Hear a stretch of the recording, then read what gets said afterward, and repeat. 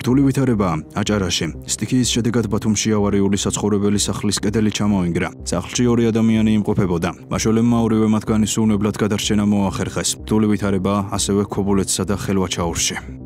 აჭარაში დღესაც მიმდინარეობს გაწმენდითი სამუშაოები ყველა ძირითად ადმინისტრაციულ ერთეულამდე და გაზმომარაგების, ელექტრომომარაგების და ძირითადი კომუნალური სერვისების მეწოდების კუთხით რაიმე არსებითი შეფერხება ბათუმში არ გვაქვს, თუმცა უნდა აღვნიშნო, რომ შემდეგი დღეები იქნება გარდამტეხი, რომ აღდგეს ტრანსპორტი, ასევე აღდგეს სასწავლო პროცესი როგორც სკოლებში, პირველ რიგში რა თქმა უნდა ბათუმში, ქობულეთში. ჩვენი მთავარი ამოცანაა, რომ ყველა სამსახურმა იმუშაოს გამართულად და არც ერთი მოქალაქე, არც ერთი ოჯახი არ დაგვრჩეს შესაბამისი ყურადღების და მზრუნველობის გარეშე. დამატებითი სპეცტექნიკა მუშაობს ხელვაჩაურის მუნიციპალიტეტში, იქ ნაკლებია ელექტრომომარაგებით არსებული პრობლემები, თუმცა გამოწვევად რჩება რა თქმა უნდა გადაადგილება და ასევე გზების გაწმენდითი სამუშაოები ინტენსიურად მიმდინარეობს. გზების უმეტესი ნაწილი და ცენტრალური გზები გაწმენდილი არის, სამადროულად მიმდინარეობს როგორც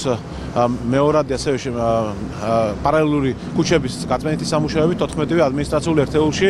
გარკვეული შეფერხებები იყო სხვადასხვა მისამართებზე, სადაც როგორც სახურავის ჩამონგრევის, ასევე საჩრდილოების ჩამონგრევის ფაქტები იყო. 8 ოჯახი ამისათვის გაყვანილი არის უსაფრთხო ადგილზე და ქირით ყველა სათანადო შეტყობინებას, რომელიც დღე-ღამის განმავლობაში დაახლოებით 400-მდე იყო, მასზე რეაგირებს როგორც მუნიციპალური სამსახურები, ასევე შინაგან საქმეთა სამინისტრო სპეციალური სამსახურები. აჭარის მუნიციპალიტეტებში ბათუმის გარდა 40-ზე მეტი სპეცტექნიკა არის ჩართული ხდება როგორც ცენტრალური, აგრეთვე შიდა საუბნო გზების გაწმენდითი სამუშაოები, თოვლის ნალექი განსაკუთრებულად ქობულეთის და ხელვაჩაურის მუნიციპალიტეტში და შესაბამისად სპეცტექნიკის მობილიზაციაც ინტენსიურად უფრო ამ მუნიციპალიტეტებში მოხდა, მხოლოდ ქობულეთის თუ ავიღებთ 20-ზე მეტი სპეცტექნიკა არის მობილიზებული ქობულეთის მუნიციპალიტეტში და ასევე ხელვაჩაურის მუნიციპალიტეტში.